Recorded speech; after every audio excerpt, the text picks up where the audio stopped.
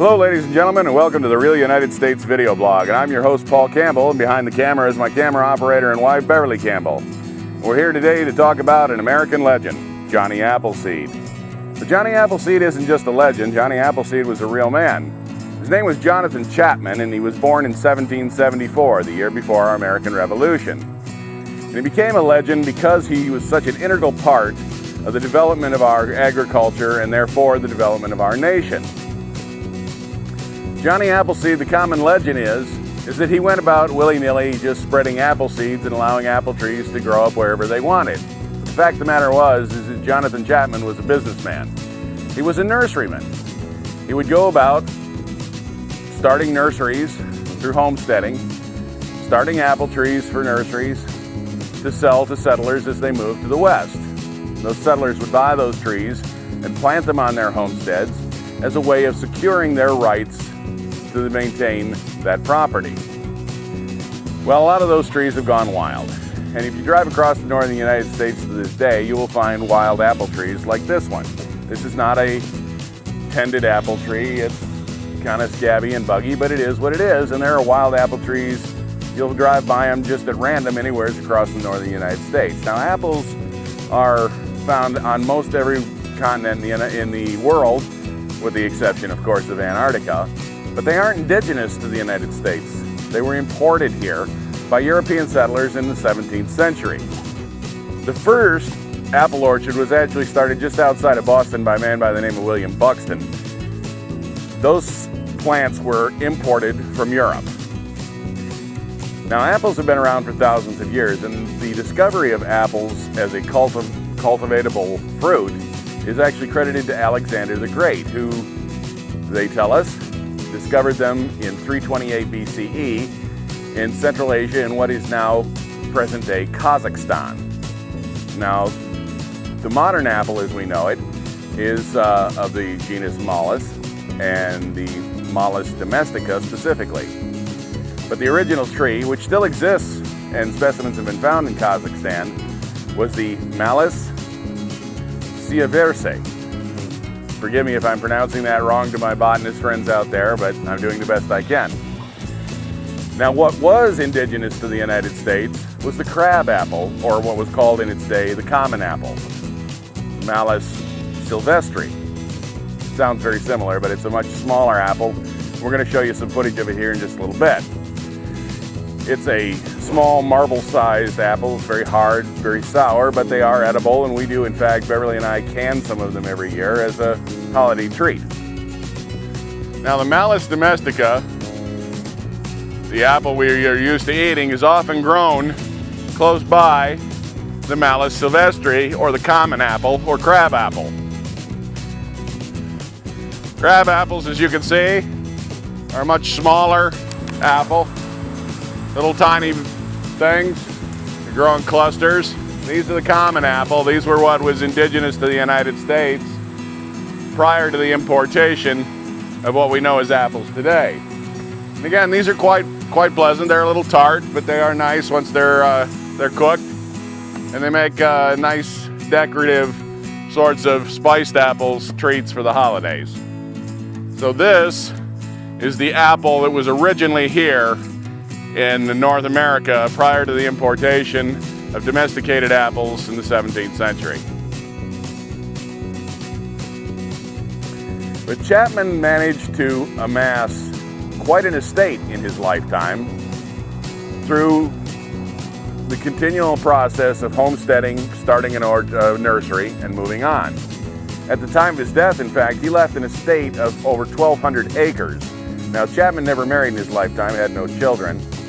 So his estate fell to his sister, and it in fact would have been larger because although he was a good businessman, he wasn't the perfect businessman. There was 160 acres or so that at the time of his death he had never registered the deed for, and so that actually reverted and was lost from his estate.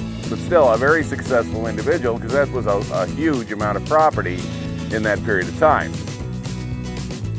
So Chapman has managed to single-handedly create such a huge part not only of our agriculture and our development, but of our culture.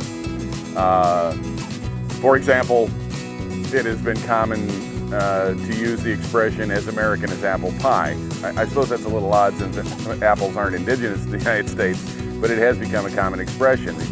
New York City is referred to as the Big Apple. One sweetheart is referred to as the apple of your eye. So it is a huge part in our culture here in the United States, and in most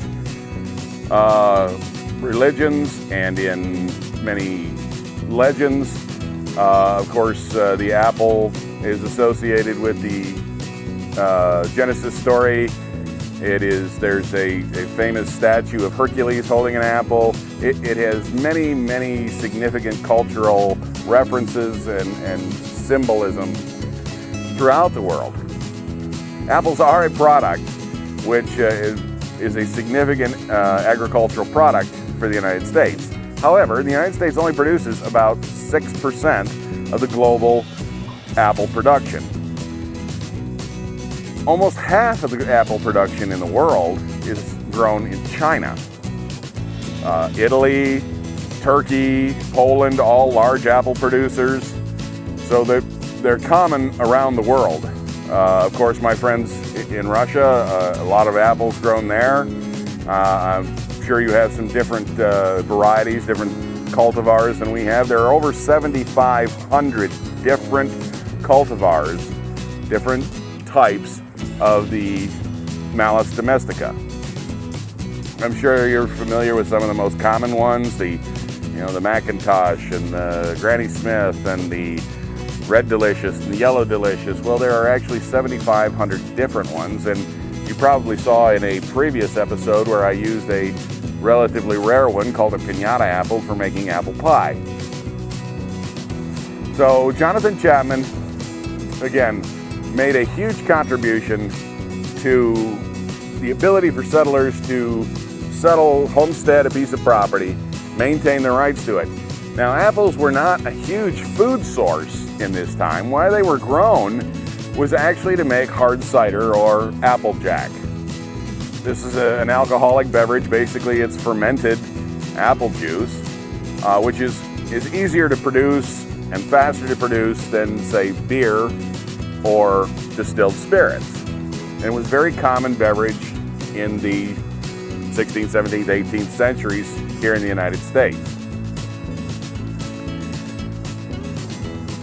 So eventually, these apples that are behind me, I'm going to trim up. I'm going to pick these all, and we're going to trim all the bad spots out of them. And these will all get put into applesauce and canned, and that'll be really a nice supply of applesauce for the year. And that's just a little insight into our life and Jonathan Chapman, Johnny Appleseed's contribution to American culture. So I'd like to thank you for joining us here on the Real United States video blog. We hope that you've enjoyed this. We hope that you'll share it with your friends, your family. We really need to have more subscribers and more people come in and see our channel, see the work we're doing. We, of course, would like you to pick like below. If you haven't already subscribed, please pick subscribe and join us for future episodes.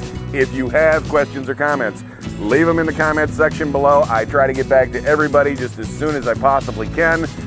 We really appreciate you taking time to watch this. And again, please share this, like it, subscribe, and as always, thank you for watching.